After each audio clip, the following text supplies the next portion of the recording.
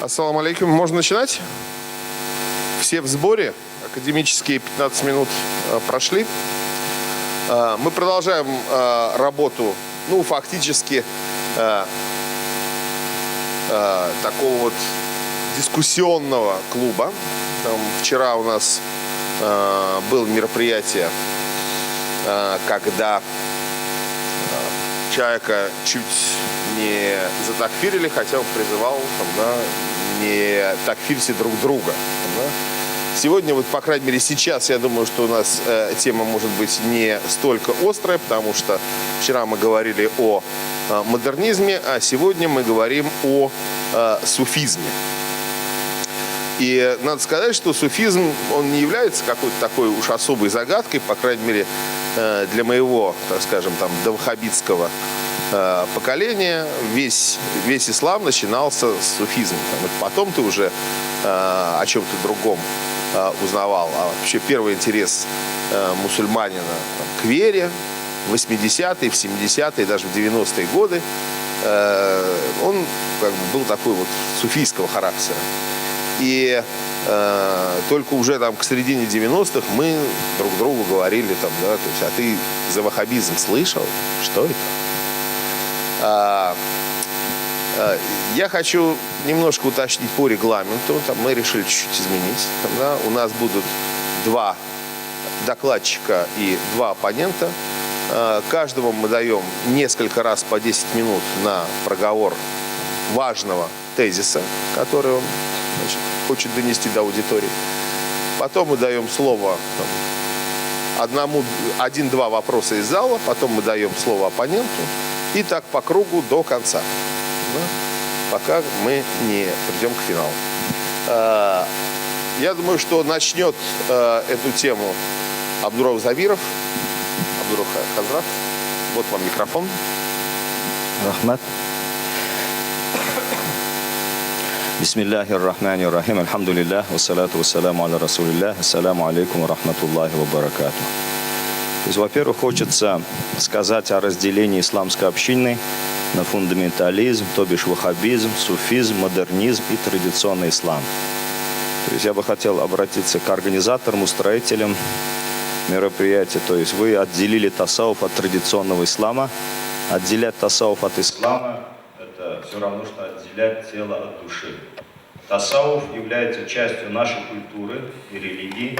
Тема тасауфа, которая устроители мероприятия обозвали суфизмом, является лидирующей среди проблем, о которой больше всего говорят, спорят, думают, и насчет него больше всего высказываются и положительные, и отрицательные суждения. Со времени своего возникновения и поныне он служит объектом постоянного интереса. И сегодня тасауф вызывает интерес и является предметом различных споров, как система мировоззрения и как образ жизни и методика воспитания, тарбия усула. Хочется напомнить о распространении тасауфа в Волжско-Камской Булгарии, Золотой Орде, Дашти Кипчак, Улус-Джучи, Орда Муаддам, Орда Дахабия, Тартария, Великое Татарское царство, в постзолотоордынских государствах Казанское, Астраханское, Крымское, Касимовское, Сибирское ханство, Тахту-Ля'ля, Большая Орда, Ногайская Орда.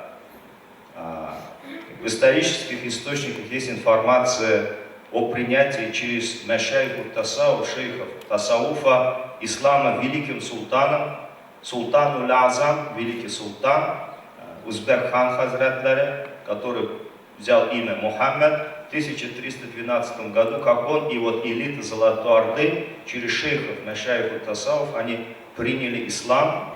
Также уместно будет вспомнить об институтах тасауфа, о личностях и мастерах тасауфа, таких великих шейхов и муршидов, как Кул Шариф Хазратларе, Зайнуллах Расули Хазратларе, Хабибуллах Ишан Хан Сивар Хазратларе и другие.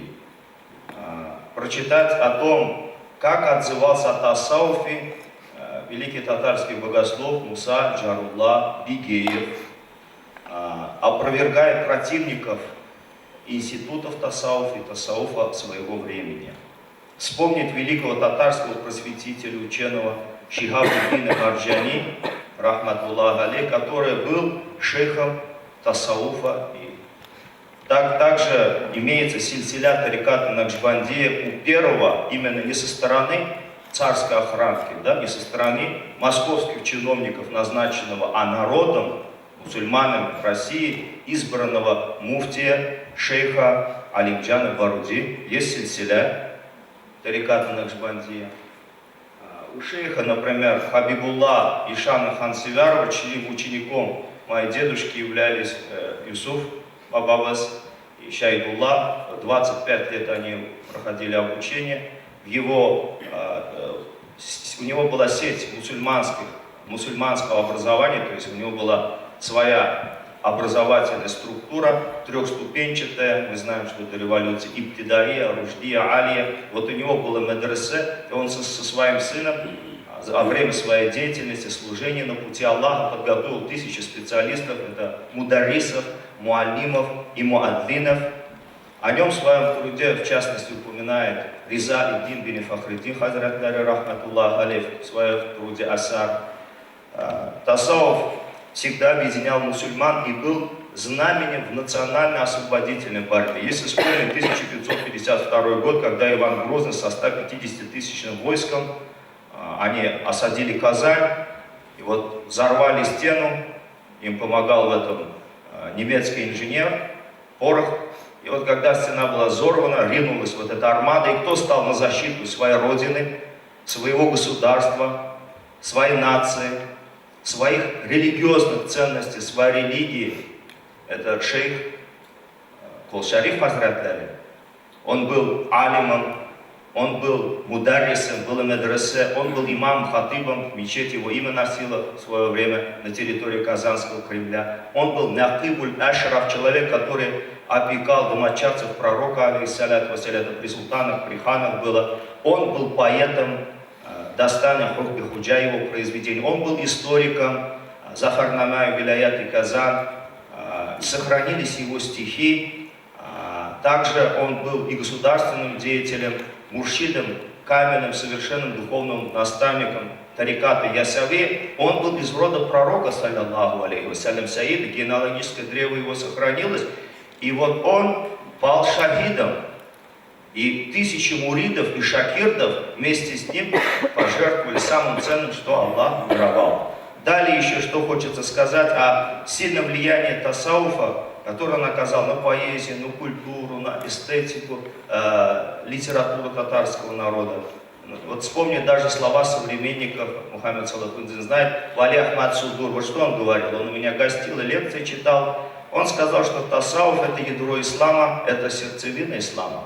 И вот мой покойный устаз шейх Аббас Хазрат Бибарсов поведал мне о том, что он лично встречался с живыми шейхами тасауфа, которые жили в Волго-Уральском регионе. Преемственность это и есть традиционный ислам. Вот мой шейх Аббас Хазрат Бибарсов, его устазом был Насибулла Хазрат Таипов, его устазом был шейх Шахмардан и так далее. Хотя с начала 20-го столетия или 19 века, можно сказать, государственными властями некоторых стран прилагаются усилия для того, чтобы отстранить от участия в общественной жизни социальные институты тасауфа, его образовательные учреждения, интересы людей к этим институтам не вмешается. У нас в Российской Федерации, к сожалению, эти институты были полностью уничтожены. Польша после большевистского переворота 100 лет, его именуют Великая Октябрьская социалистической революции, а сейчас большевистским переворотом. И вот что произошло. Полностью уничтожили институты тасауфа, и ведущая роль принадлежит партии коммунистической и НКВД, чьим преемником является КГБ, сегодня ФСБ. И вот 40 тысяч религиозных деятелей расстреляли, в 80-м осталось 80 мечетей, у нас было 15 тысяч, в 40 только были люди, способные нести службу, 40 тысяч религиозных деятелей расстреляли, всю периодические издания закрыли, всю систему религиозного образования уничтожили. Вот, к сожалению, вот то, что мы имеем. Особенно на Западе и в Америке способ обучения посредством тариката и образ мышления по тасауфу подвергается пристальному изучению. Очень многие члены тариката, происходящие родом из Северной Африки, находятся в авангарде распространения ислама в странах Европы, например, в Англии, Франции, Америке. Идеи и произведения таких великих мастеров тасауфа, как имама Газали, Джалалюддина Руми и других, продолжают привлекать себе внимание мировой общественности. И своеобразной ступенью в изучении и развитии тасауфа является то, что, например, на богословских факультетах университетов Турции предмет тасауфа стал одним из основных разделов знания. Это значит, что тасауф начал признаваться и приниматься научными кругами. Хочется упомянуть и о вариантах сегодняшнего понимания тасауфа, рассказать о происхождении и источниках тасауфа, его предмете и цели, поговорить об истории тасауфа, которая подразделяется на 3 исторических периода: зухд, тасауф, тарикат. Упомянуть об идее тасауфа с подразделением его на тахаллю и тахакку, поведать о наиболее распространенных тарикатах, а также об институтах тасауфа, уделить внимание специальным вопросам тасауфа и трудам, посвященным тасауфу, такие как Рисаля Кушайрия, Маснави, Мавляна Джалалюддин Руми, Яхья улумуддин имама Гасали, Аль-Люма и так далее. Тасауф — это духовная жизнь, ислам — это духовный авторитет личности пророка Мухаммада, саллаллаху алейхи, которые выражаются в форме институтов и представительств тасауфа. И в этом виде дошли до нашего времени. Под духовным авторитетом подразумевается образцовые личные качества пророка, саллаллаху алейхи, то есть образцовый пример. Как известно, наш любимый пророк, алейхиссалям, воплотил своей личности, в шахсияте своем, авторитет в сиясяте, в политике, в ильме, в науке и в духовности, и других аспектах человеческой жизни. Тасауф представляет собой наивысшую точку, сущность и стержень исламских наук, улюму шар'ия. Та сторона тасауфа, которая представляет собой духовный опыт, получила название халь состояние. У татар даже халиничи. Как твое состояние? Это не означает, сколько у тебя в кармане денег, а каков твой внутренний духовный мир. И вот, что еще хочется сказать в хадисе, который упомянут в книгах, в сводах хадисов, как хадис Джибриль, понятие ислам, иман и ihsan перечисляют именно в этой последовательности. Это перечисление демонстрирует алгоритм постепенного восхождения к совершенству. Ислам охватывает части тела человека и представлен повторением языком того, что установлено религией. Иман относится к сердцу, кальбу, и представляет собой утверждение и установление веры в душе. К тому же, а тасауф — это уже другая ступень. То есть, еще хочется, что... Простите, пожалуйста, я перебью вас. Я еще верну вам слово, и у вас будет возможность высказаться. Да? Просто я хочу, чтобы... Хорошо, я придерживаюсь тогда регламента, как имам Шафии говорит, я что узнал у людей тасауфа, одно из них, аль-вахту кайсай, что время подобно мечу. Я просто, пока вопрос, не оставляйте микрофон, он вам понадобится. Да? Потому что сейчас вам придется отвечать. И начнем с моего вопроса. И благодарю вас за такой вот исторический обзор. Я даже не предполагал, что в Татарстане столь серьезные суфийские корни есть. Я думал, что здесь как раз суфизм менее был пример. Так что спасибо за эту лекцию. Но у меня вопрос. Вчера, например, мы говорили о модернизме, и все было ясно.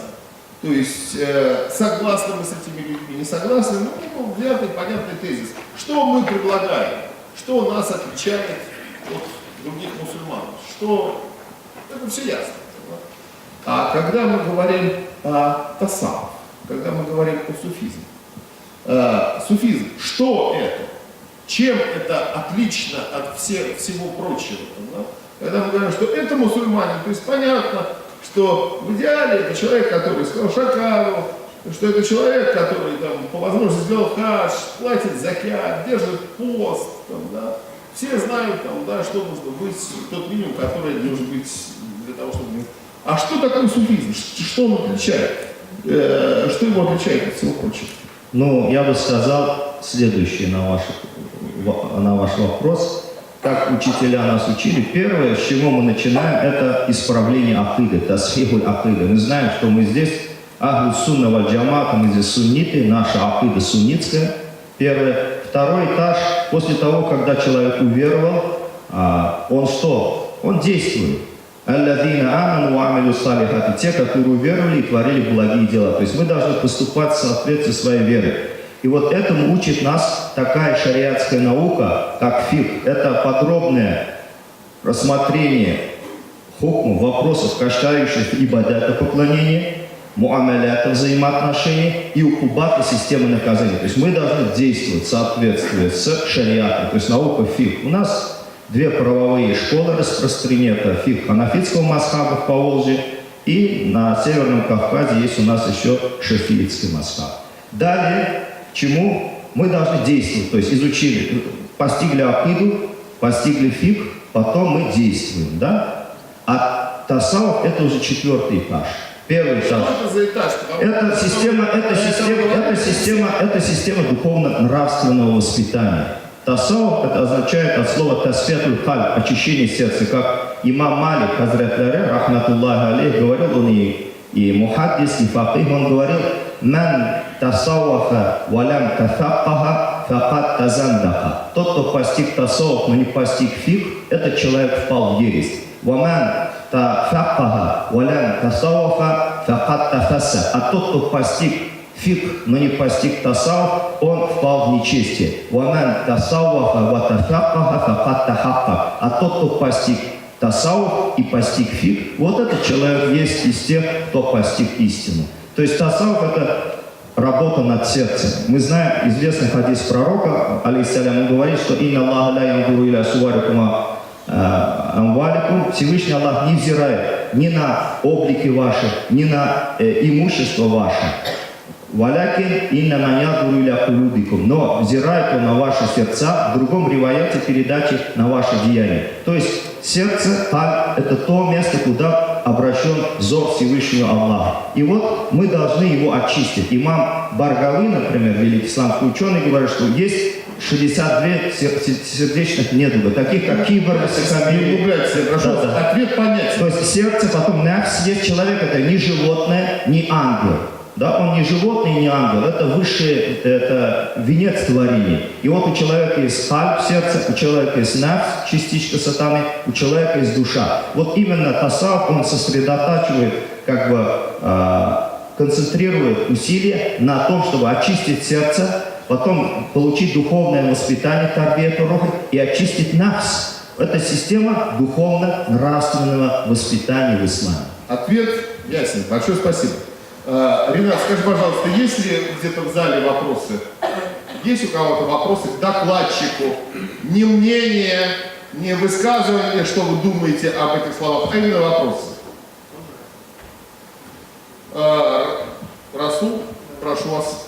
Нет, короткий вопрос. Скажите, тасаввуф в каком году по хиджре образовался и кто ему дал такой термин? Ну, тасаввуф он был. И одно из названий тасаввуф берет от слова асхабу суфа. Мы знаем, что когда наш любимый пророк, алейхиссалям мир ему, совершил хиджру, переселение из досточтимой Мекки в лучезарную Медину, где он построил новое общество, новое государство. Мы знаем, что это не Восток и не Запад, это это цивилизация ценностей, божественных ценностей, да? И вот что он сделал? Он построил там мечеть. Аль-Масджиду байту кулли му'минин, говорит пророк. Мечеть является обителью каждого верующего. И там вот мечетью примыкала суфа, то есть навес. И там от 70 до 300 асхабов проходили духовное воспитание. Среди них, например, был Абу Гурайра. Вот тогда возник тасаввуф. То есть это часть ислама, это часть шариатской науки. И тасаввуф не может быть вне рамках Корана и Сунны. То есть они себя уже называли тогда? Нет. Тасаввуф потом появился. Например, в иснадах хадисах есть. Вот посмотрите иснады хадисов у Бухари, у Муслима, у других. Ахлю тасаввуф. То есть это огромная тема. В 2 словах я не отвечу, но есть даты, есть в принципе, ответ был дан. Это один из ответов, их много. Я видел, что, по-моему, у вас... У кого еще был вопрос? У вас, по-моему, да? Прошу вас. Ибн Каим аль-Джаузия много писал о душе, о самоочищении, ну, обо всем, что вы говорите, да, просто себя исправлять. Его мы можем относить к ученым тасаввуфа. Ибн Каим Джаузия, да, много писал про тасаввуф, например, про зикр, например, что он говорит, Ибн Каим Джаузия, что сердце, оно покрывается налетом греха. Баль-ран аля кулюбихим.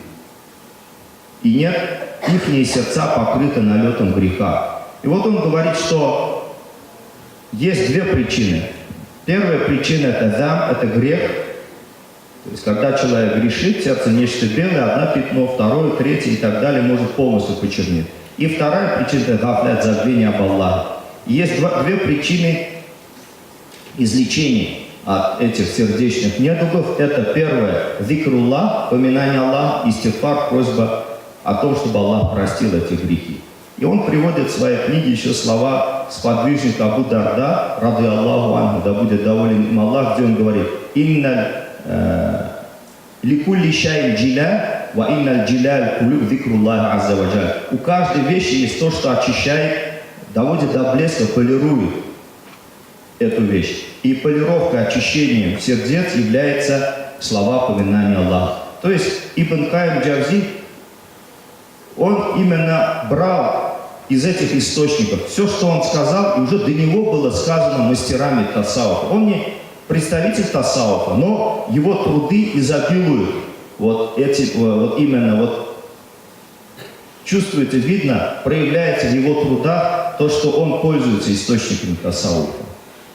То есть его назвать человеком тасаввуфа я не берусь, но и в его трудах это наблюдаете, то, что он пользовался именно источниками тасаввуфа, мастерами тасаввуфа, он к ним прибегал. То есть сейчас у нас некоторые его вещи принимаются, а некоторых молчат, например, не говорят. А в чем тогда отличие? От чего? Ну, вот вы сказали, что не грешит. То есть здесь вопрос то, что отличие.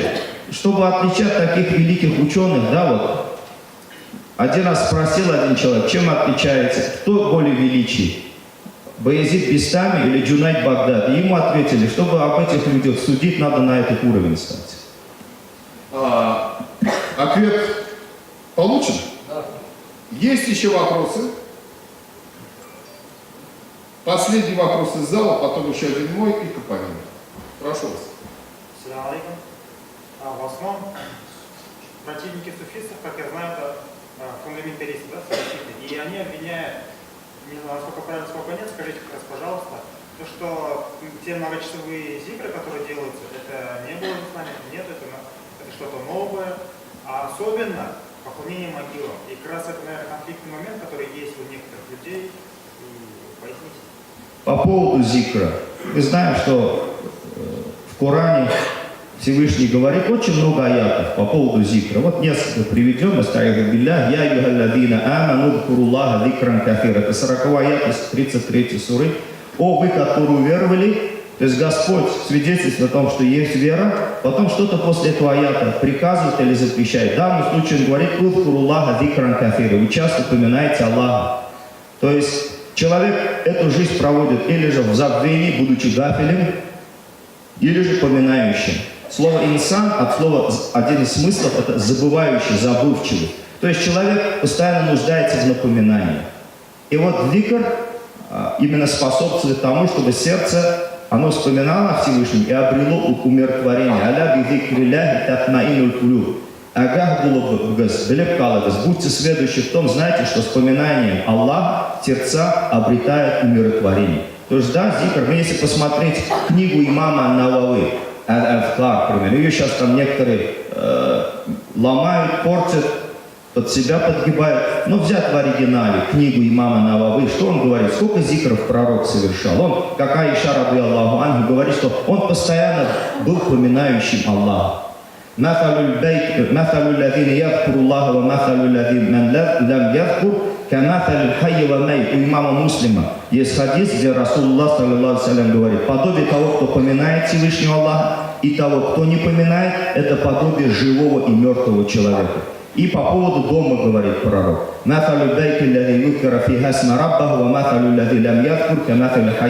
тот дом, в котором имя Господа поминается, и та квартира в нашем языке, если используют, в котором не поминается, это подобие живого и мертвого. То есть да, тасауф, он настаивает на том, чтобы человек всегда помнил об Аллахе. И зикр есть еще сердечный альби. А какой? То есть человек, он поминает имена Аллаха. Есть имена Аллаха, есть качество Аллаха, и их поминает. Потом знамение вот этого мира, этой вселенной, это тоже нам напоминает об Аллахе. «Инна фи халки самавати валь абди ва хтиляфи ляйли ва нагари ля аяти ли улиль альбаб». Воистину, в творении небес и дня, смене ночи, в творении небес и земли, смене ночи и дня есть знамения для людей разумных. То есть все это нам напоминает о Всевышнем. И потом, когда человек когда-то что-то совершает, он должен понять, то, что я делаю, это соответствует тому учению, с которым пришел в этот мир, как милость для всех миров, наш пророк Мухаммед. То есть здесь тоже он поминает об Аллахе. Если он поступает правильно, если он отходит от запретного, это тоже поминание Аллаха. И по поводу поклонения могилы. Хаша Аллах, пусть Аллах простит. Вот этот поклеп, вот это ифтира, который пытаются повесить на людей тасауфа, круглые ваххабиты, я бы так сказал. Я к салафитам не именую, потому что салафит 3 века. Это 1 век, 2, 3, потом халафиты пришли, а потом современные мусульмане со всеми недостатками. И вот они обвиняют, я читал их книги, например, Маджалятуль Бухусуль Исламия, журнал исламоведческих исследований, где-то у них там 70 с лишним томов. Потом фетвы их, потом книги, брошюры Мухаммад ибн Джамиль, они в куфре, в невере обвиняют людей тасауфа, что они могилам поклоняются. Аллах. В начале ислама пророк вообще запрещал такой зиярат аль-кубур, посещение могил. Но когда он воспитал свою уму в исламских ценностях, он что им сказал? Об этом имам Муслим говорит: «Зуруль кубура фаиннаха тудакирукум уляхара». Вы посещайте могилы, и воистину посещение могил вам напомнит об вечной жизни. Потому что если человек не будет посещать могилы, он превратится в круглого материалиста. Дунья малакча. Первое – это напоминание вечной жизни. Вторая причина, потому что Викри Газами Лязят у имама Тирмизи, есть хадис пророка, он говорит, что вы чаще вспоминаете разрушительницу мирских наслаждений. Второй хадис говорится, это ибра, это назидание, это наставление. Посещение могил наполняет глаза слезами, а сердца смягчает. Потому что мама, папа, брат, друг, человек ведь задумывается.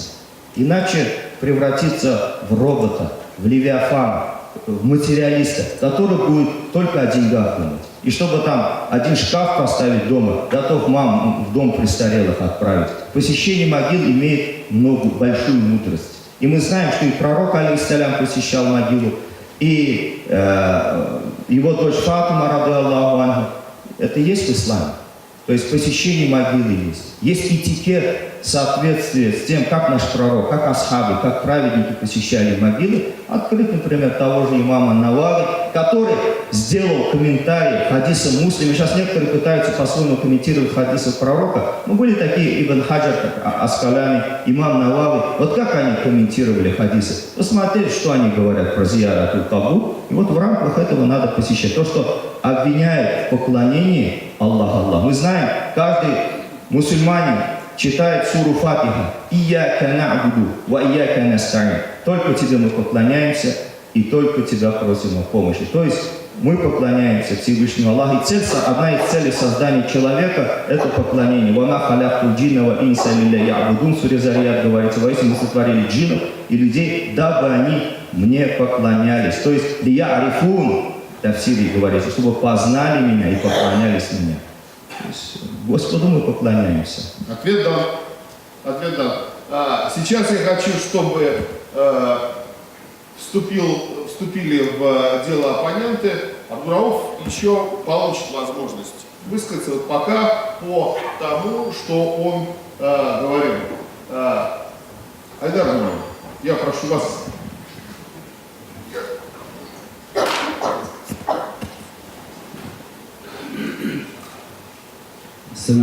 ва рахматуллахи ва баракатуху. Суфизм для меня остается правильным, как в содержательном смысле, так и в феноменологическом. То есть как явление, которое можно изучать снаружи. Поэтому у меня большая честь быть приглашенным сюда и присутствовать среди таких известных персон. Теперь я перейду. Это не столько оппонирование, сколько, может быть, какие-то дополнения или, может быть, какие-то упущения я покажу. Или свои вопросы просто задам. Потому что оппонировать и бодаться друг с другом, это мы все умеем, и как татары, и как мусульмане, можем научиться нормально беседовать, я считаю. Вот я с интересом смотрю турецкий сериал «Юнус Эмре». Первое же, что у меня возникает, это почему, например, на нашем татарстанском телевидении переводят и показывают те же турецкие сериалы, но они не несут какой-либо воспитательной нагрузки. Это просто человеческие дрязги, коварство и так далее. А вот если вы перевели вот этот замечательный фильм и показали его, я всем рекомендую. Показаны тончайшие нюансы трансформации человеческой души. На примере этого исторического персонажа, это реальный человек, Юнус Эмре. Его общение с шейхом, да, можно сказать, что шейх главная фигура даже. Такой мощный воспитательный идет процесс. Это же действует на зрителя. Турция вроде бы секулярная страна, и мы знаем, что в ее истории была этап и борьбы с проявлениями религии, и ущемления мусульман. Но тем не менее, вот эта, как сказать, народная, фундаментальная привязанность к корням ислама, она у них сохранилась. И вот сейчас, более свободные, скажем, чем во времена создания республики, эпоху, они обращаются к своему наследию. Мне остается, и нам остается, нам только позавидовать, да, таким возможностям. Дальше. Здесь уважаемый Драбу Хазрат говорил об истории Средневековья, Золотой Орды, Казанского ханства. Здесь у меня же возникает вопрос. Вроде бы все замечательно, и ислам был, и суфизм процветал. Но вот составив тех 150 тысяч воинства, которые пришли брать Казань, 1/3 были опять-таки наши соплеменники. И я не уверен, что у них не было своих суфийских шейхов. Они же практиковали ислам, и никто им этого не запрещал тогда. То есть мусульмане пришли войной на мусульман.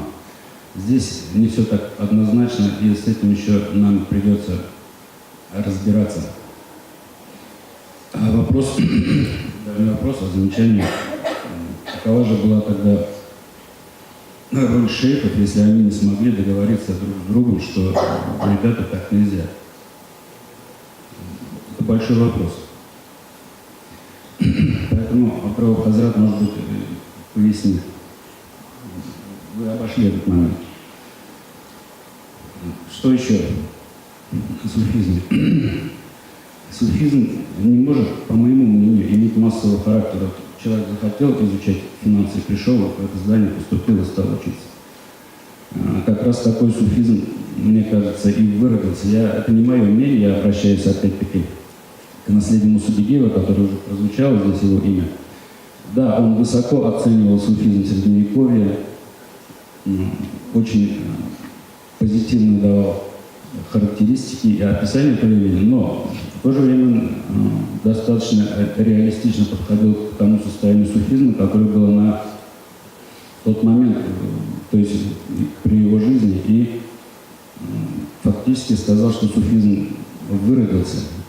А вот эти суланбаш шейха, то есть шейхи, которые даже не голова у них, а луковица вместо головы, это просто ряженые.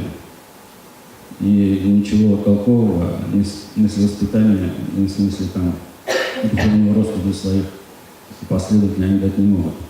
Это тоже реальность. Лично я сталкивался с подобным, но уже современным шейхом, который приезжал к нам несколько лет тому назад в Казань. Шейх увлеченно рассказывал о пороках там какого-то известного персонажа.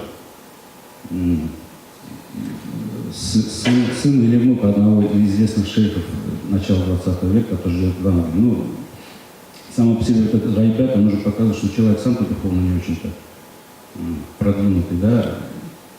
И тогда какой смысл ходить за ним, там, хотя он красиво одет по правилам своего ордена. Вот такие шейхи тоже есть. И я возвращаюсь к тому, что суфизм учение не для массы, а для избранных. Причем Аллах избирает тех, кто идет к шейху. Я не перешагиваю. Я остановлю вас. То есть это последнее. Я просто расскажу такую историю. Она, можно сказать, выдумана, но она очень суфийская. Суфии же много историй выдумали, но у них кроется очень важные зерна осознания. В каком-то городе узнали, что приезжает большой шейх, суфийский Хаджи Насреддин, народ собрался, его ждали, он должен был прийти в 6 часов, народ после работы помчался, забился зал, 1000 человек, через час еще он не пришел, люди посидели, посмотрели на часы, решили, рабочий день, я устал, вообще-то шейха нет, он опаздывает, или он не придет, и ушли, осталось 900 человек. Значит, потом вдруг еще час посидели, открывается дверь, вваливается, примерно такой же зал был, вваливается шейх, он пьяный, катится вниз по лестнице. Народ увидел, возмутился, из оставшихся 900 встали столько и ушли, что осталось 9 человек в зале. Тут шейх поднялся, уверенной походкой сбежал на сцену. Он был трезв абсолютно и сказал: теперь остались те, кто достоин получить то, что я вам принес. Это я к тому, что суфизм все-таки для избранных или для тех, кого Аллах уже подготовил для восприятия этого знания. Поэтому, когда суфиев обвиняют в чем-то там, что поклонение могилам и так далее, это действительно ифтира, действительно выдумки, потому что обвинители исходят из своего низкого духовного статуса. И обвиняя другого, они таким образом самоутверждаются. Хотя есть простой хадис, который тоже, по-моему, он не суфийский, конечно, но он полностью созвучен с отношением суфизма к феномену смерти. Пророк алейхиссалям сказал, что достаточно и смерти, как наставника. И это известное, наверное, многим выражение. Поэтому, говоря об обвинителях, вот могу сказать вот это, и Абрахам Хазрат абсолютно прав. И я закончу. Спасибо. Спасибо. И у меня сразу, как у ведущего, к вам вопрос. Шейх Абдурауф нам набросал такой исторический очерк, какое отношение суфизм имеет к этим Татарстану. Но это очерк исторический. Нельзя сказать, что я вообще не сталкивался никогда с суфизмом. Я много времени проводил на Кавказе, сталкивался с кавказскими тарикатами. Я много времени проводил в Узбекистане, в Таджикистане. Я сталкивался с памирскими тарикатами, с узбекскими тарикатами. Я бывал в Северной Африке, сталкивался с Синусией в Ливии. И везде я встречал социальную организацию, прежде всего. Да? Мне, конечно, объясняют, что это задача социальной организации, это очищение, полировка души. Да? Но прежде всего это была социальная организация. Нынешний Татарстан, я не вижу никаких тарикатов. Я не знаю никаких действующих шейхов. Да, приезжают, кто-то с Кавказа приезжает, из Турции приезжает. Если, на ваш взгляд, суфизм в современном нам Татарстане, имеет ли он место? Простой вопрос, можно ответить да или нет. Лично мне о таких шейхах или существующих тарикатах на территории Татарстана известно. Мне неизвестно, извините за тавтологию. То есть, как социальный институт, вы не наблюдаете? Не наблюдаю, да. Спасибо. Если к оппоненту вопросы у зала? Удивительное значит, понимание темы, что все осталось у вас. Не, просто Это одобрение. Прошу вас, второй раз. я, наверное, буду говорить то, что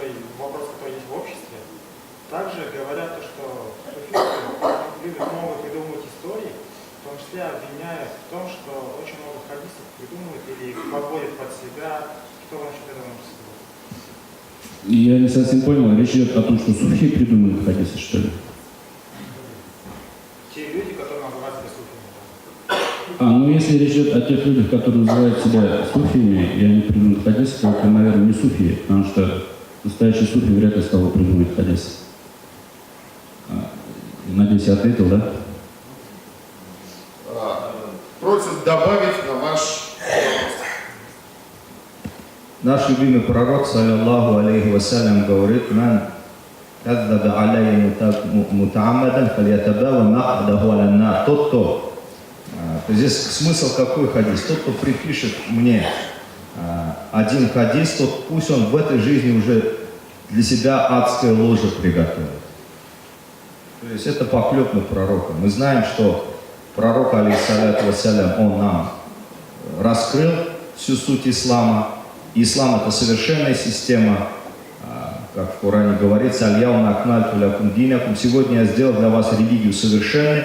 То есть ислам — это и истинная религия, не просто религия в понимании ориенталистов, это и образ жизни, это культура, это цивилизация. Вот есть исламская цивилизация, есть тюркская субцивилизация, есть апогей этой тюркской цивилизации, золотоордынская цивилизация, наследниками которых мы являемся. И то, что приписывать пророку, это поклеп, Аллах сохранил.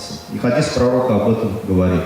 То есть, то есть определять, какие хадисы ложные, как не ложные, как разбираться в хадисах, есть целая шариатская наука. Целая шариатская наука, как ильмуль хадис, усулуль хадис. То есть это удел ученых. И здесь каждый может от себя что-то добавлять. Сейчас же у нас любят говорить об исламе в кривь и в кость. Каждый суслик агороном в исламе, извините. Можете не возвращаться, потому что настало время продолжать вам. Переходите к следующим своим тезисам. Ну, еще истории продолжать насчет вот истории современности, насчет, например, вот такие вот из современников наших, которые несколько лет тому назад, к сожалению, покинули этот бренный мир. Мы знаем, что мы здесь тленные, куллю ман алейхи фан, все, что есть на земле тленные. Мухаммед Садик, Мухаммед Юсуф, и друг, единомышленник, и устаз наш. Он был в свое время муфтием в Средней Азии. Он был ректором Исламского института в Ташкенте имени имама Бухари. Он был шейхом тасауфа и был ляжнат тасауф, комитет тасауфа. 7 человек туда входили. Вот он, один из них был Мухаммед Садик, Мухаммед Юсуф. Вот он яркий представитель, наш современник, нашего, то есть Безин Заман Дашабес. У него есть книги про тасауф, не только про тасауф. У него есть энциклопедия хадисов и по всем шариатским наукам. Вот с ним довелось общаться, брать у него уроки. И у нас, вот в Казани он приезжал, в Москве был, в других городах России, в Ливии были мы с ним, в Кувейте были с ним. И вот что еще хочется о современниках сказать. Например, мы знаем, что тасауф, он не только у нас в Поволжье. Основная часть мусульман России живет в Поволжье и на Северном Кавказе. И вот он, тасауф, был, если сказать современных муршидов, муфти Дагестана примерно. Потом в Чечне есть тасауф. Потом, когда вот Мухаммед Салахуддин, он организовал курсы для обучения, повышения квалификации в многих исламских странах, в том числе, когда мы были в Катаре, мы посетили и пятничную проповедь шейха Юсуфа Аль-Карадави, в том числе домой он пригласил. И вот я ему тоже задавал вопрос о тасауфе, он высоко отозвался и книги подарил. Он говорит: вот 2 моих последние книги я посвятил тасауфу, он мне подарил. Потом есть у татар есть понятие бишек, махат, колыбель. Вот даже колыбельные песни, будем сказать, да, вот такие слова, вот элементы тасауфа в себе несут. Аллаху, Аллаху. Вот этими словами, зикрами, взращивали, воспитывали детей. Потом еще по поводу тасауфа хочется сказать, вот когда мы были в Кувейте, тоже на курсах, Мухаммед Салахуддин, Афенда он возил, и вот там нам лекции читали. Один из шейхов, он шейх, ученый, профессор, доктор, его специализация исламская нравственность. И вот он как раз нам рассказывал, и спросили, я у него спросил, а какую книгу вы по нравственности нам бы, шейх, посоветовали? Вот его звали шейх, доктор, профессор Бадр Алмаз в Кувейте. Он сказал, все книги, которые когда-либо были посвящены нравственности, вращаются вокруг одной книги, автором которого является Худжатуль Ислам, довод ислама, который 300 тысяч хадисов с иснадами знал, 999 книг написал. Одна из книг «Я Югальвалит» является достоянием всего человечества под защитой ЮНЕСКО. И вот его труд, самый известный, он упомянул, «Ихья улумуддин» — это возрождение или воскрешение наук о религии. И все книги по исламской нравственности, которые когда были написаны, они вращаются. Далее еще хочется что сказать. Вот имам Газали говорил, то есть да, вот я согласен, что это не то, что всех вот обязывает, давайте вот вы станьте на этот путь. Первое, это мы что должны? Нашу акиду исправить, тасхихуль акида, она должна быть суннитской, потому что мы сунниты, мы не шииты или кто, мы здесь сунниты, российские мусульмане. Второе, это фикх постичь должны. Потом руководствоваться, а тасауф — это 4-й этаж. И является глупцом тот человек, который дом строит с дымохода. И еще хочется сказать про нравственность. Вот имам Газали пишет, как улучшить нравственность. Тасауф — это тахалют, это приукрасить себя нравственностью пророка, алейхиссалату вассалям. Приукрасить свое сердце нравственными качествами пророка, саллаллаху алейхи ва саллям. Всевышний говорит о пророке, «Ва иннака ля аля хулукин азим», «Воистину ты являешься обладателем великого нрава». И одна из его миссий была «Иннама бу'ифта лиутамима макарим аль-ахляк». У имама Малика в Муватта, этот хадис у имама Бухари есть. «Я воистину испослан, чтобы усовершенствовать или довести до совершенства человеческое благонравие». И вот имам Газали говорит, а как нравственность улучшить? Первое, то есть человек, он сам может себя воспитать. Есть такое понятие самовоспитания. Это есть. Второе, это иметь духовного наставника, шейха, который бы тебя воспитывал. Третье, это искреннего друга. Аль-му'мину мир'атуль му'мин. Верующий является зеркалом верующего. Если вот кто-то на наш недостаток укажет, мы должны с благодарностью это принять. Скажет, что там у тебя на голове змея или скорпион, и ты избавишься и будешь благодарить. Но, к сожалению, в современной действительности это не воспринимается, люди озлобленно к этому относятся. Следующее – это принимать разумную критику. В каждой критике есть разумные зерна. Мы скажем, да, это наши враги, они нас ненавидят, они завидуют, за это наши недостатки выявляют. Иногда друзья не видят, не замечают, иногда стесняются говорить. Вот критика врагов, посмотреть, оценить, а может быть в их словах есть зерна разумной критики, это смело принимать. И следующее – это учиться нравственности у безнравственных людей, невоспитанных. И вот когда у Иса ибн Марьям, алейхиссалям, посланник Аллаха, и Люкмана аль-Хакима, рахматуллах алейх, спросили, а где же вы научились нравственности? Они сказали, мы посмотрели на поведение безнравственных, невоспитанных людей, отошли от этого. То есть вот примерно, что говорит нам имам Газали про нравственность. И еще хочется сказать, если есть возможность, вот про... Еще одна минута. Да, еще одна минута, если есть. Хочу затронуть тему, чтобы не забыть.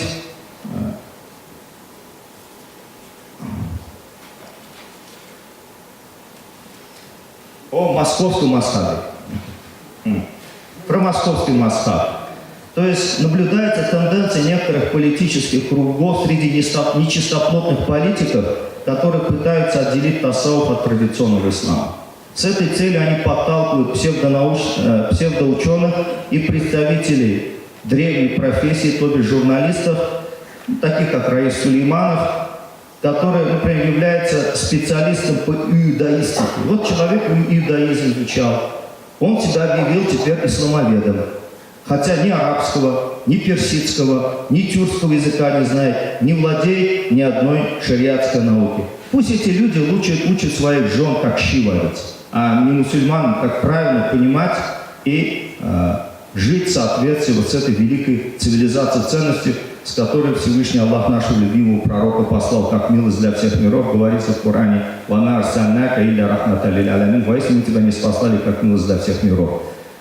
И вот еще хочется, пользуясь случаем, напомнить, что у нас 18 числа заходом солнца наступил третий месяц по мусульманскому лунному календарю Рабиуль Ауаль, дословно переводится «начало весны», месяц, в котором родился наш любимый пророк Мухаммад, саллиллаху алейхи вассалям. Это месяц ушаку наби, любящих пророка особой любовью. Мухаббаттан Мухаммад ол-Бухасил, Мухаммад ол-Масаиди Мухаббаттан нахасил. Мухаммад является проявлением божественной любви. А если бы не было бы Мухаммада, то в чем же тогда проявлялась любовь? Спасибо за внимание. Пока будет у вас, у меня сразу возник целый город вопросов. Частью они были произнесены не мной, но заинтересовали меня. Я буду спрашивать по мере того, как я методично буду, как я записал. Я постараюсь их сформулировать так просто, что на них можно было ответить да или нет. Скажите, пожалуйста, суфизм. Я бы попросил тасауф. Как вам угодно, тасауф. Как здесь прозвучало, правда, в бренде суфизм, что это вещь в себе, не очень понятная. Вы, тем не менее, разъяснили там по 4-й стадии полировки души. А вот у меня есть, и у всех, я думаю, есть некий личный опыт знакомства с суфизмом. У кого-то внутренний, у кого-то внешний. Но у меня вопрос. Да? А что это? Это вот та самая нравственная шлифовка? Или все-таки это социальный институт? И возможно ли эта нравственная шлифовка без социального института? Или это вещи неразрывные? А если неразрывные? То есть это и социальный институт. То есть человек может и сам, имам Газали ведь сказал, человек и сам может свою нравственность улучшить.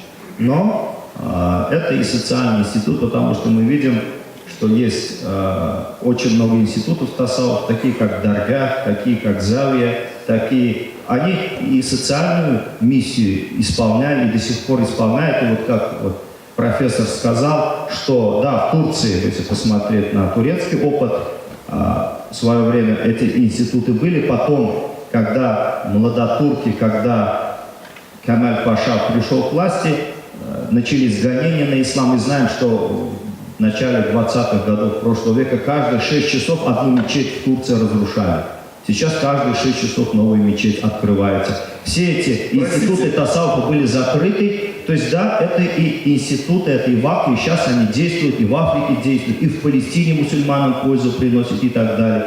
То есть вокруг шейхов появляются институты, которые служат обществу. Как пророк, алейхиссалям, говорит, «Саидул кауми хадиму». Это не просто зикр там делать, размышлять о смерти в рамках коврика. Это и служение умме Мухаммеда, алейхиссалям. Лучшие среди людей – это те, кто больше пользы приносит. То есть мы должны быть социально полезными личностями. Как Баязид Бистами сказал, «Аддину тазимули тазимули амрилля вашафакату иля халькиля». Религия – это возвеличивание заповеди Господа, то есть не с нагрузкой, а с величием, с трепетом исполнять заповеди Господа и милосердное отношение к его творению. То есть смотреть на людей с таким сердцем, каким пророк, алейхиссаляту вассалям, смотрел. Вот для этого наше сердце должно быть похожим на сердце, как Саади Ширази. Он берет глину, книга Бустан, и из нее исходит аромат. Он говорит, ты глина или амбра или мускус? И идет ответ. Я глина, но я была у подножия, то есть у стебельков розы. И каждое утро роса капала. И вот я впитала вот этот аромат себя. То есть пророк – это цветок, вар. Вау – это виляят, святость пророка. Даль – это призыв истины, даватуль аль-хак. Рауфу Рахим – это сострадательный, милосердный. Эти имена Всевышний пророку подарил. То есть пророк был таким. Он служил людям. Саиду кауми хадиму. Лидером народа является тот, кто служит. И вот люди, они, то есть мы должны служить. То есть эти институты, они, история об этом говорит, и современность. О социальных институтах. Да. О социальных институтах. Вот такое вот обособление. Нет, обосабливаться нельзя. То есть мы должны быть... Как это закрытая социальная община, Нет. которая есть мы, тарикат, и есть не мы, Нет. просто мусульмане? Нет, такого нет. А как? То есть это уже высокомерие. Потому что Хасан аль-Басри, хазрат рахматуллах алейх, он говорил, что таваду, смирение, да, если я захожу среди тех, кто старше меня, я должен думать, что они старше меня, они больше прожили много добрых дел, благих дел совершили. А если они младше меня, значит они выше меня, потому что меньше согрешили. То есть я лучше, мы избранные. Это уже высокомерие. Как сказал Иблис, первый грех во вселенной «Ана хайру минху, халактани минан нар ва халактаху мин тин». Я лучше него, лучше Адама. Ты создал меня из огня, а из его из глины. Это кибер, высокомерие. То есть сердце охватит, если этот не дух, Аллах согласен, чем это кончится. Массовость. Прозвучал вопрос. Вы считаете, суфизм может носить массовый характер? То есть могут ли подростки, дети, юноши приходить как в школу и сказать, что мы начинаем вот учиться у такого-то шейха вот огромной толпой, не вот эти вот 9 человек, которые стерпели и опоздание ради знаний, и неподобающий вид шейха в какой-то момент, а вот массово, вот чтобы полная аудитория пришла и на следующий день, и на следующий, а на следующий год новый набор. Валлаху яхди иля нурихи ма яша. Аллах ведет к своему свету только того, кого пожелает. Это выбор Господа. Вопрос, который я уже задавал, но хочу слышать от вас ответ тоже. В нынешнем Татарстане имеет место такой институт, как тасаввуф? Он имел, имеет и будет иметь. Тарикаты есть? Где этот социальный институт? Есть Татарстан. Можно узнать имена шейхов? Шейхов у нас Что это за тарикаты? имен шейхов у нас-то нет, но есть люди, которые как бы являются последователями тасаввуфа, потому что чьи они муриды? Это, муриды разных шейхов. Но у нас шейхов в Татарстане люди, которые достигли бы иджазатуль иршад, то есть уровня духовного наставничества среди в Волго-Уральском регионе, вот это по словам Максуда Садикова, которого расстреляли в Махачкале, представители определенных спецслужб среди бела дня, который пытался вот именно наладить диалог среди разных радикальных течений в исламе. И вот он говорил, что 40 представителей тасаввуфа, шейхов, которые в Волго-Уральском регионе были среди татар. Но сейчас у нас, к сожалению, нет. Все это было уничтожено НКВД. То есть вместе на данный с момент нашими есть 40, муриды, 30... а держат таклит они за шейхами, которые живут Ну, здесь не так, здесь, Турции. здесь понятие, есть связь, интисаб, есть связь, да. Они поддерживают связь, они берут уроки, они проходят духовное воспитание, да. Может быть и у нас, иншаллах, все это возродится, но, к сожалению, это указами чиновниками не происходит. Такой вопрос. Вы только что, мы еще будем говорить о традиционном исламе, но вы дважды или трижды сегодня говорили о примерном равенстве тасаввуф и традиционного ислама. Меня интересует, вот традиционный это все-таки привязанный к обычаю, к традиции, какой-то конкретике. Как получается, что суфизм равен традиционному исламу, при том, что шейхи-то все не местные? Вы знаете, понятие традиционный ислам. То есть журналисты по-своему понимают. Вот чиновники, например, в Москве есть определенные чиновники, казнократы. У них есть свое лобби. Они хотят сейчас навязать мусульманам свое понимание ислама, свой московский масхаб, да? То есть чиновник будет учить меня, как мне молиться, как верить в Всевышнего, что такое нравственность. То есть они не в свои сани залезли. Во-первых, по Конституции, это есть Конституция, это общественный договор. Пророк, алейхиссалям, он когда переселился из Мекки в Медину, мы знаем, что первая Конституция на планете появилась, мединские слитки, они тоже под защитой ЮНЕСКО. Но некоторые чиновники, к сожалению, забыли про Конституцию. Они врываются агрессивно в религиозные институты мусульман. И пусть они своих жен в Москве учат, как щи ловить. Это мой им посыл. В зале вопросы, я вот вижу. А микрофон есть или там? Да, конечно. Если вам удобнее с микрофоном, то пожалуйста. Спасибо большое.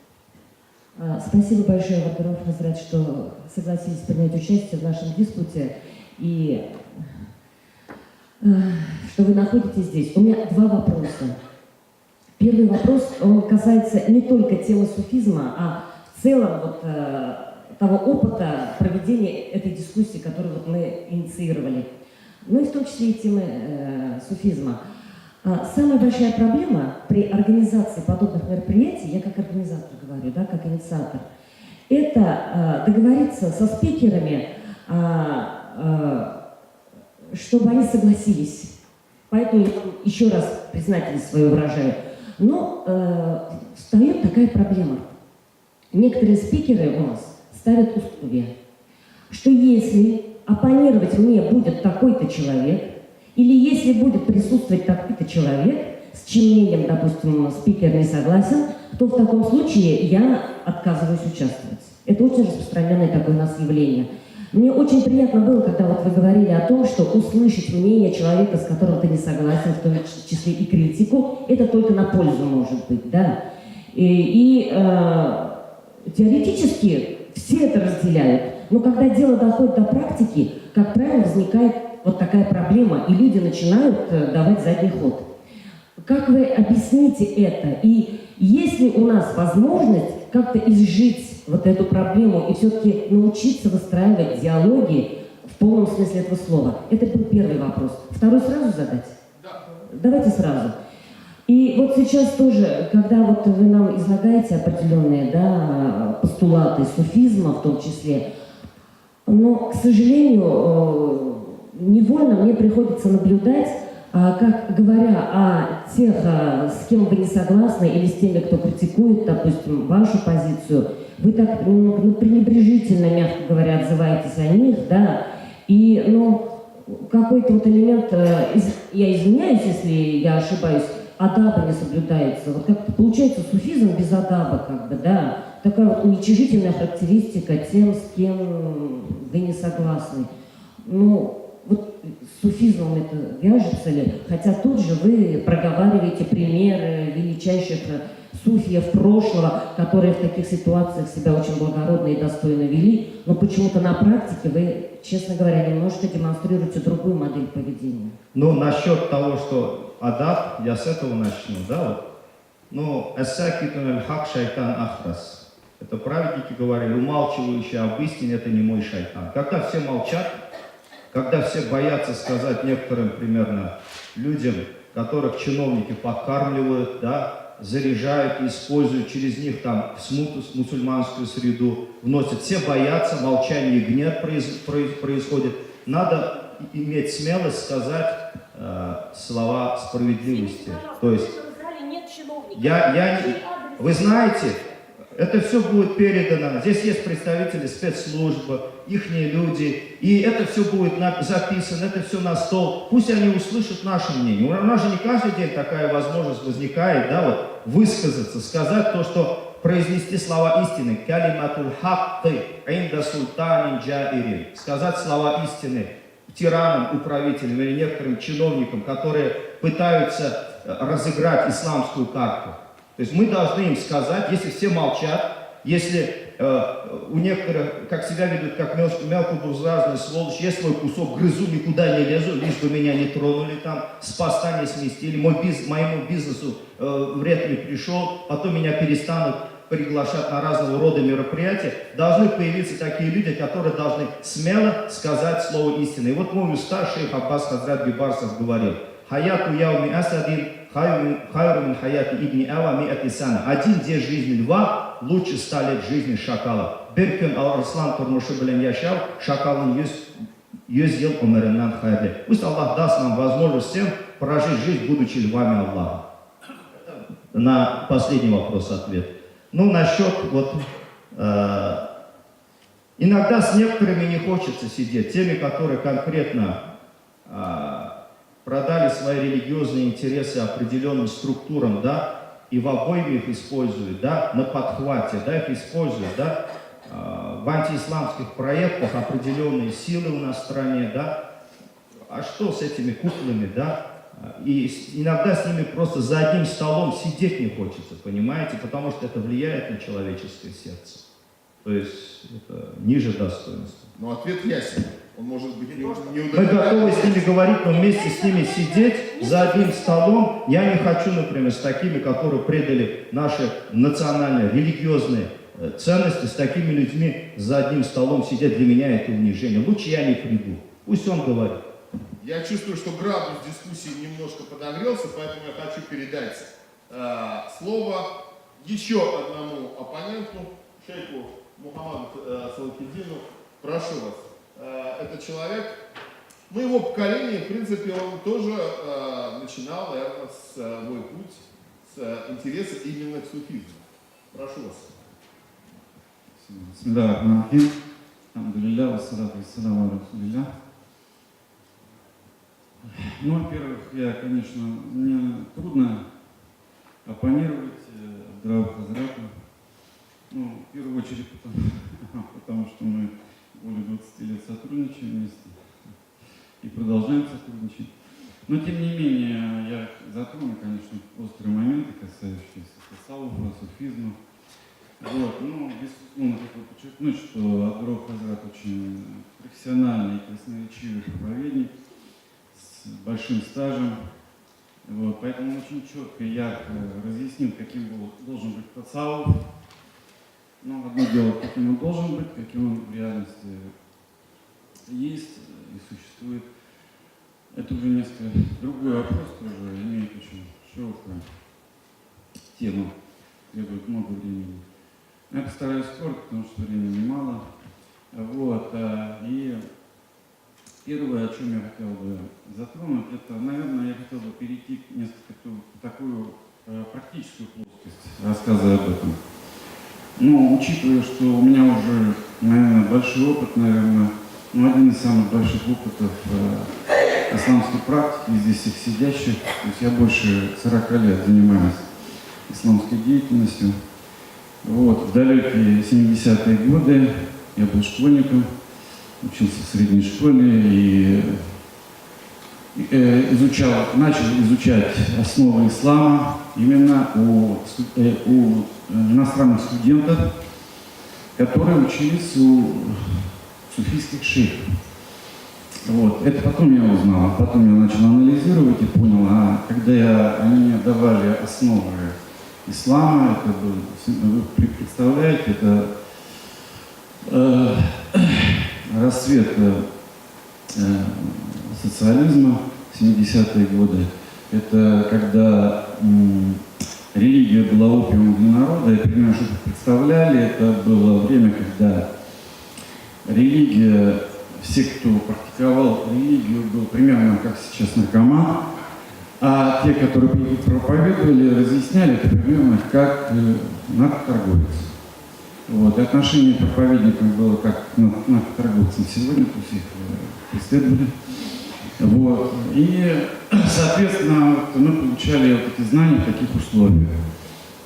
Вот. Я получал знания от этих студентов, которые учились в московских вузах. Вот от двух студентов из Африки они были. Один из Мали, другой из Судана. Вот. И я получал, и для меня вот сложилось, что такое тасаввуф, для меня на такой упрощенной форме. Это в первую очередь вот такой аят есть в Коране, очень такой ключевой. Очень важно для меня он остался. Инна акрамакум индаллахи аткакум.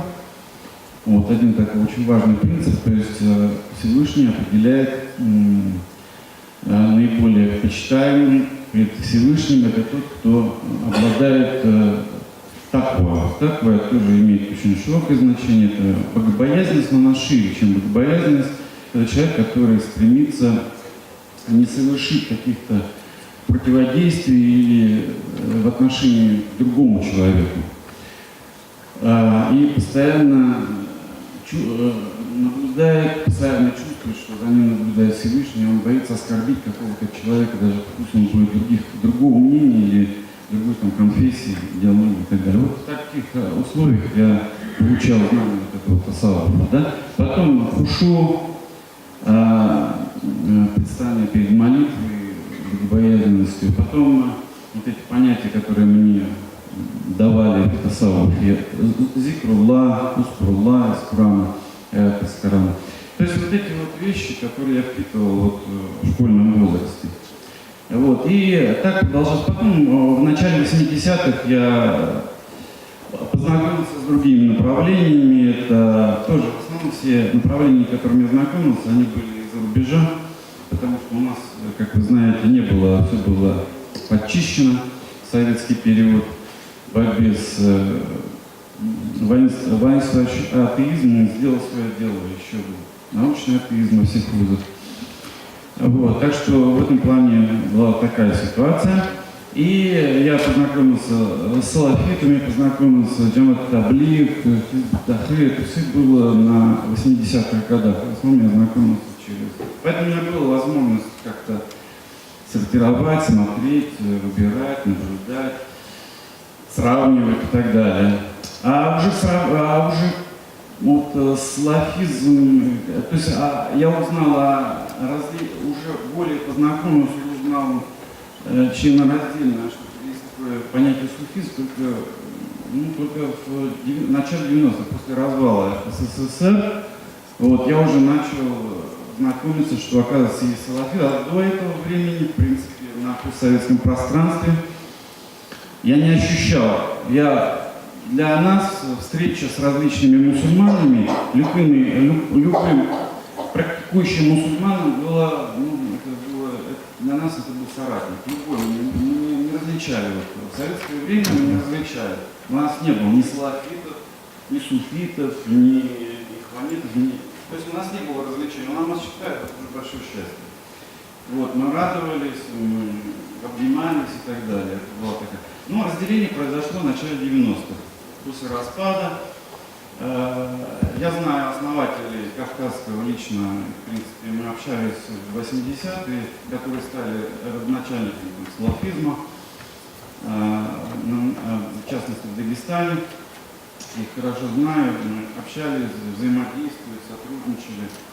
Но там появились такие тенденции, были сепаратистские тенденции, и вот определенные силы в начале 90-х, после распада, смуты, которые начались в нашей стране, вот, по всем направлениям. Вот, некоторые сепаратистски настроенные, особенно на Кавказе, люди начали выхватывать какие-то термины из салафизма. Вот они не были салафитами на самом деле, те, которые вот, проповедовали салафизм на Кавказе, как в классическом понимании это слово. Просто они... Хорошо. Ну, я сейчас подхожу к суфи. Вот, и здесь появляются суфийские джаматы. Здесь появляются суфийские джаматы, то есть они тоже практически не существовали, то есть как социальная группа, они уже практически не оставались до 80-м годам. И вот они появляются, и их начинают, власть придержащие в то время, видя деструктивные какие-то сепаратистские настроения, которые выходили из уст салафитов, ну так называемых салафитов, вот, или как потом их начали называть ваххабиты, решили задействовать вот ресурс суфийский ресурс, да, то есть